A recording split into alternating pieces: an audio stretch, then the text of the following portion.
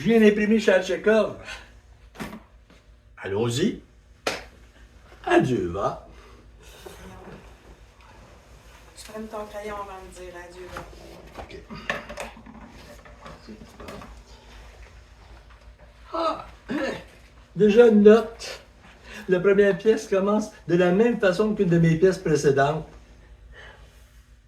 Un couple de gays arrive à une maison de campagne. Je voulais pas me citer, juste faire un clin d'œil. Comprenne qui peut.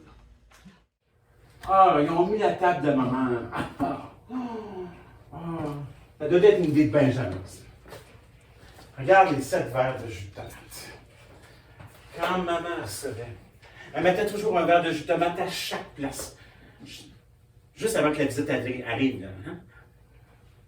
Même s'il y avait une entrée, une soupe ou bien une salade, elle le faisait tout le temps. Je me disais que ça mettait de la couleur, de la vie. Que c'était théâtral. Ça y rappelait sa mère. Le temps qu'on se mette à table et qu'on le boive, le jus de tomate avait le temps de s'y dire, mais on le buvait quand même. Non seulement t'es cynique, mais tu radotes, Benoît. Les histoires, les anecdotes de ta mère, je les connais par cœur. Mais tu vois, si j'étais clair, je laissais tomber pour pouvoir aller raconter mes anecdotes au sujet de ma mère à quelqu'un de nouveau. Mais certainement pas un critique de théâtre. Après un mois ou deux, il serait un peu moins patient que moi. T'es si tanné que ça des entendre mes anecdotes? Oui, mais je suis encore capable d'user endurer. Parce que tu m'aimes trop. Je te dis que tu prends pas de chance, toi, hein? T'attends pas après les autres de te flatter, tu le fais toi-même. Il me semblait que j'avais attendu une voiture. Ah, ça s'en va jusqu'au bout du chemin. C'est incroyable, hein? C'est tellement beau. C'est la première fois qu'on peut manger dehors à l'Action Crasse, je pense. Ah, Laurent, attends un peu, j'ai quelque chose pour toi ici. T'as oublié ça? J'étais pas sûre si c'était à toi ou bien à ton personnage. C'est à moi. Ah. Tu l'as oublié dans la salle de maquillage. J'aurais pu la laisser là, mais j'ai pensé comme... Laurent envoie juste une cravate, Gisèle, si c'est ça que tu pensais. Mon Dieu! T'as l'air de bonne humeur, toi? Laurent porte jamais de cravate. Il y avait de quoi se poser des questions. Ce qui me fait dire que tu m'as pas parlé de ma table. De notre table. C'est moi qui ai pensé. Si tu y tiens, mais t'as pas fait grand-chose à part de remplir les verres de jus de tomate. Bah, ça me rappelle maman. Je la vois tourner autour de la table avec son pot de jus de tomate en disant qu'il faut qu'elle se dépêche parce que la visite va arriver. Pendant que tu suivais, en tenant le bout de sa robe, t'avais failli la faire tomber une fois. Ah, merci de me le rappeler. C'est bien beau comme ça, mais... Elle est très réussie votre table, mais je sais pas si ça va pouvoir servir. Comment ça? C'est beau comme ça, là. Il fait doux pour la saison. On a même battu des records pour un mois d'octobre. Parce que pour une fois, on a un vrai été des Indiens. Mais quand le soleil va tomber et que le creux va nous tomber dessus, pas sûr qu'on va pouvoir manger dehors. Hé, t'es rabat-joie! Tu changeras jamais, hein? Toujours pareil. Toujours en train de casser notre fun. Si j'étais pas là pour le faire, vous vivriez dans un éternel monde de fantaisie. Je sais vraiment pas comment tu fais pour vivre avec un éteignoir pareil. Oh, ta réplique devait appartenir à Marie. Je sais vraiment pas comment tu fais pour vivre avec un éteignoir pareil. Ah, il y a des compensations. J'espère. Des grosses. Je gage que vous n'aviez pas pensé à ça. Que le poil de la dinde irait dresser ses cuisses quand le soleil va être couché. Avec des répliques comme celle-là, on pourrait jamais imaginer que t'as déjà écrit des bonnes pièces, toi. Ouais. Les couteaux m'envoyaient pas à soir, ce que je vois. Ben, on attend un critique. Justement, celui qui m'a traité d'has-been. Il t'a jamais traité d'has-been, Benoît. Il a été plus poli que ça. C'est pas parce que le style était fleuri que c'est pas ça que ça voulait dire. Ce gars-là a dit de très belles choses à ton sujet, Benoît. Il en a dit aussi des moins belles, mais il faut pas retenir juste le négatif. C'est pas ça que tu dis quand tu te fais descendre, hein? Moi, je me rappelle pas qu'il ait parlé de moi. J'ai l'impression que j'existe pas pour lui. On me voit-tu quand je suis sur une scène, coudon? L'acteur transparent, faut d'être transcendant. Tu travailles moins que nous autres, Ben. Merci de me le rappeler. Peut-être qu'il me reconnaîtra même pas quand il va arriver. C'est tout ça que tu veux dire? Oh, Ben, franchement. Il va arriver ici, il va serrer les mains, puis arriver à moi quoi? Il va me prendre pour le butler, puis il va me commander un drink? C'est toi qui devrais écrire des pièces, Ben. Ça ferait une bonne scène de boulevard, ça. Ça fait longtemps que ça a été fait. Il n'y a pas de danger qui te prenne pour le butler. T'as pas encore mis ta livrée. Hey, c'est trop long avant que les indésirables arrivent. Faudrait que je revoie ça. Voyons donc, Ben. Tu sais bien que c'est une farce. Bon, le vlog parti. Macha est au bout de ses nerfs. Je t'ai entendu, Gisèle. Ben, arrête de brailler à tout bout de champ si tu veux pas qu'on t'appelle Macha. Vous me lâchez un peu aussi. Ah, persécuté maintenant. J'aimerais bien te voir à ma place, toi. Ben, je l'ai été plus souvent qu'à mon tour. Je sais pas si vous vous souvenez de ce que vous m'avez fait vivre là, quand j'ai rencontré Benoît. On commence avec ça. Ben, il fallait bien que j'y dise quelque chose. Pour en venir à la dinde, là, il y a des tas de vestes de laine dans la maison. Manger de la dinde, emmitoufler dans des vestes de laine, avec des ours qui montent les griffes, ou des cerfs qui font l'arrêt important. Es-tu folle, toi? Hein? Qu'est-ce que les serfs viennent faire là-dedans? Je comprends même pas la réplique. Il faut trouver d'autres choses. C'est autre chose. Manger de la dinde, emmitoufler dans des vestes de laine, avec les ours qui s'aiguisent des griffes, ou des raccoons laveurs qui risquent de nous monter sur les genoux pour nous voler notre manger. Es-tu folle, toi? Ah, c'est mieux. En tout cas, c'est plus drôle. C'est une meilleure réplique, ça, Benoît. Tout n'est pas perdu. Tu fais partie de ceux qui pensent que mon avenir est derrière moi. Tu viens de te mettre pour toi, moi. C'est pas ce que j'ai voulu dire. Fais-moi pas répéter 10 fois. Si j'ai touché un air particulièrement sensible, je suis désolée. Comme si tu le savais pas. Toi, laisse-nous régler nos affaires entre nous. Non, c'est facile de prétendre qu'on est désolé quand on savait très bien nous viser. C'est pas parce que Benoît a rien écrit depuis 3 ans que ça veut dire qu'il finit. C'est ça que je voulais dire. Hein, tu vois, tu continues de ne rien. La force d'affronter les scènes qui me faisaient peur à l'époque. La confrontation entre l'écrivain entre l'écrivain et le critique. Sa découverte qui commence à être dépassée par un théâtre plus moderne et plus jeune que le sien. L'impression que ça sort de terrible parce qu'elle change de camp. Mais pourquoi tu mets ça dans un hommage à Tchekhov?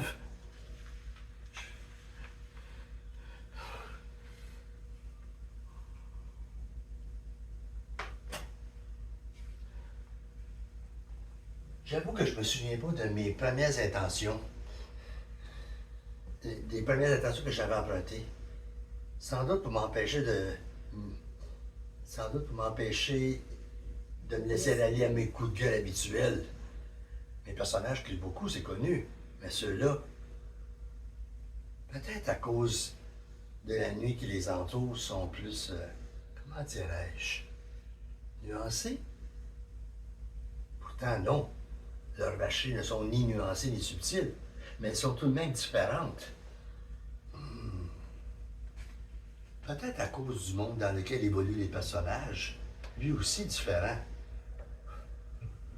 En tout cas, je me sens plus d'attaque ce matin. J'ai pas tourné en rond autour de mon ordinateur, puis je me suis tout de suite jeté dans le travail après le petit déjeuner. Je continue. On est-tu vraiment obligé d'attendre la grande actrice avant de commencer à voir? Wow, il doit y avoir autre chose que du champagne, jamais je croirais. Marie, elle a décidé que c'était un repas au champagne, de bout à l'autre. Elle veut quand même impressionner le critique, hein? C'est peut-être juste en souvenir de maman. Ouais, on va donner le bénéfice du doute. Si maman était là, ça ferait longtemps qu'on aurait sifflé 2-3 bouteilles. Il n'y a pas de grande actrice qui l'aurait fait attendre. Faut dire qu'à l'époque, c'était elle, la grande actrice. Accepter que dans son cas, c'était vrai. C'était autre chose que Claire. Même si Claire se prend pour elle par bout. Benoît. T'as vu son Arcadina comme moi, Gisèle? Qu'est-ce qui s'est passé avec notre sœur? C'est-tu son nouveau metteur en scène de génie qui l'a rendu mauvaise comme ça? Arcadina, c'est pas une caricature. C'est un être humain. C'est pas un clown. T'es pas allé la voir en coulisses après son spectacle. Elle t'en veut. On en a parlé? Ben oui. Ah, ça va être beau. Des reproches. En plus du critique. Je l'ai trouvé extraordinaire d'ailleurs. Comme par hasard. Comme si ça se pouvait. C'était tellement évident qu'elle était à chier. Elle dit que ce qu'elle faisait dans ce spectacle-là te dépassait tellement que tu savais pas quoi y dire. Je suis tout à fait d'accord avec elle. Ça me dépassait. Puis, c'est rare que ça arrive, mais c'est vrai que je savais pas quoi dire. Tout ce que j'aurais pu faire, je pense, ça aurait été de mettre ma mise à la gueule, je pense. Benoît! C'est vrai que c'est une façon de parler, là. On fait pas ça à Tchekhov. C'est vrai. Fais pas ça, Tchekhov. C'est là que je me suis arrêté. Je savais tout ce qui allait suivre. J'avais tout préparé d'avance.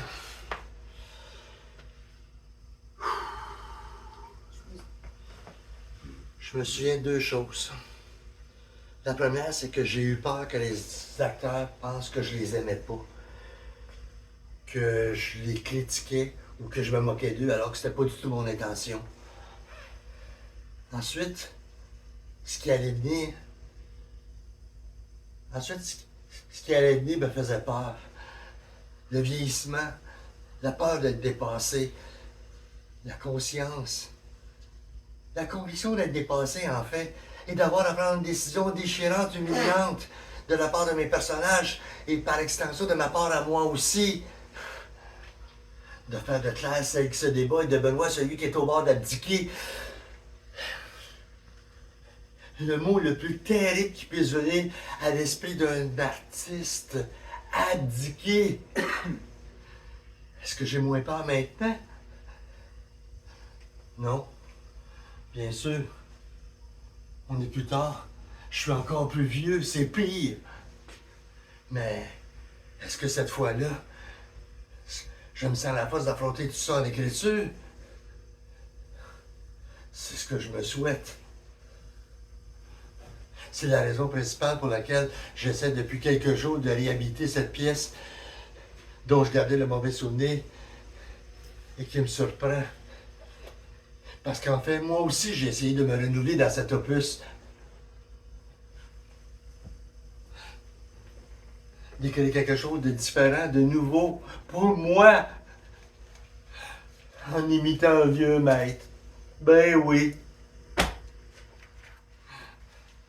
Me renouveler dans le passé parce que si j'aime la plupart des spectacles que je vois aujourd'hui, produits par des jeunes, ceux qui montent, ceux qui vont me remplacer, je me sens incapable d'en faire autant.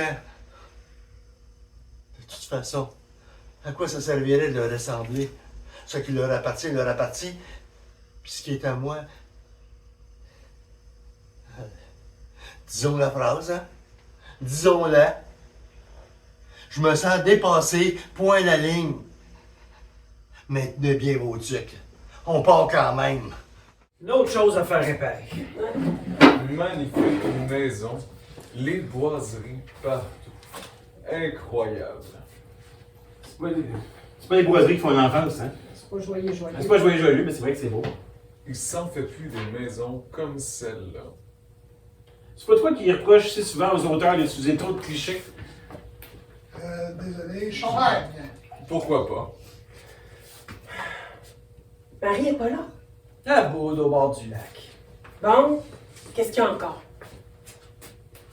Ah, ça. Je pense qu'on en a pour un bout de temps. Pauvre elle. Oui. Quand on pense que vous avez passé toute votre enfance dans cette maison-là, C'est pas les boiseries qui font l'enfance, hein? C'était la place favorite de maman ici. Vous vous souvenez?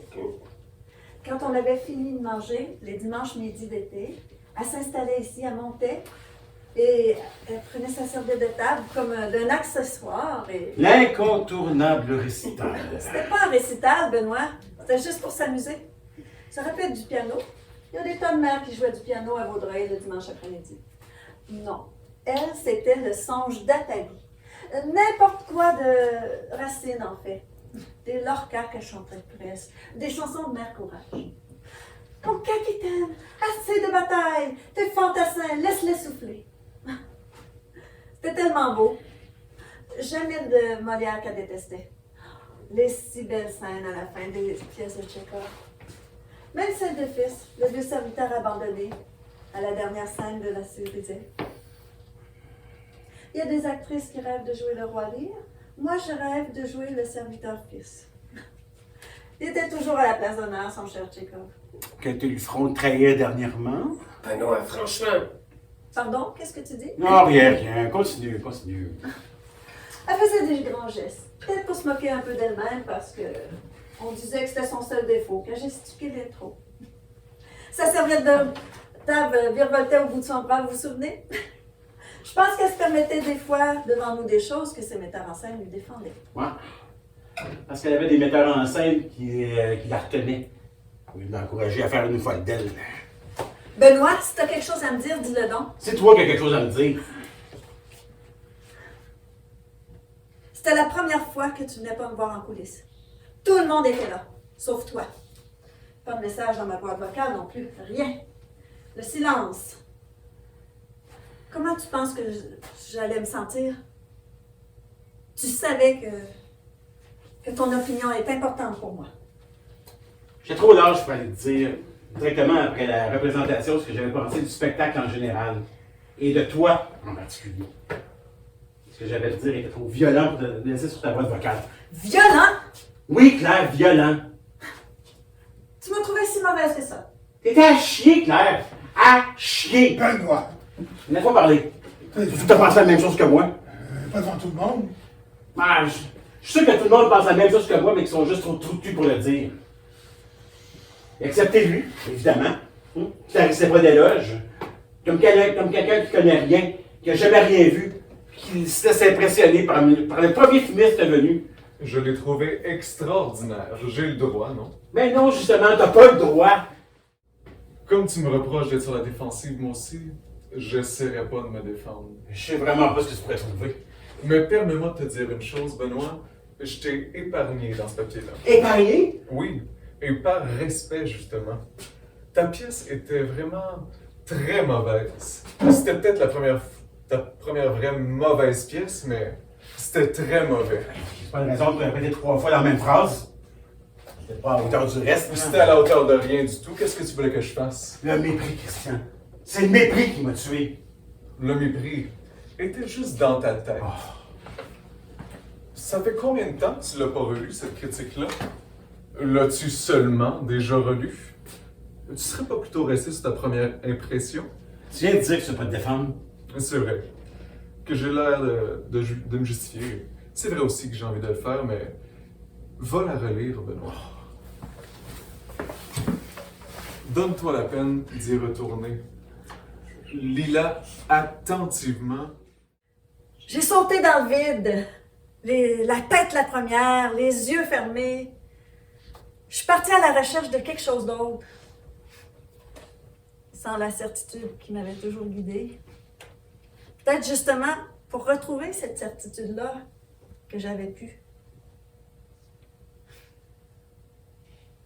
J'ai aimé passionnément ce que j'ai fait avec Katina.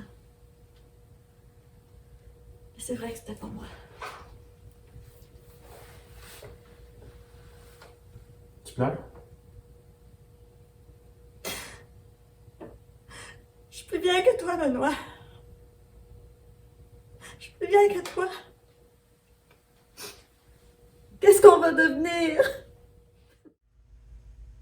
Je sais pas quoi penser de la fin de la pièce. La chute est trop rapide.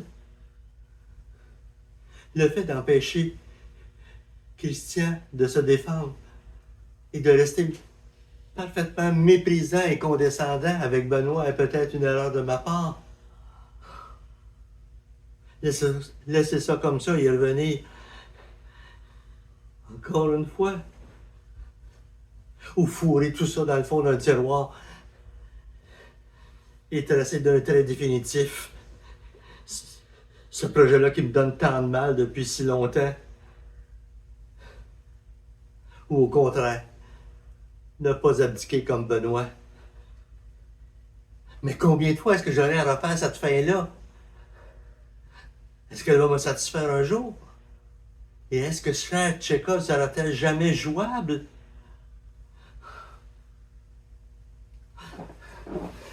Tant à travailler pour me rassurer et me retrouver à la case départ.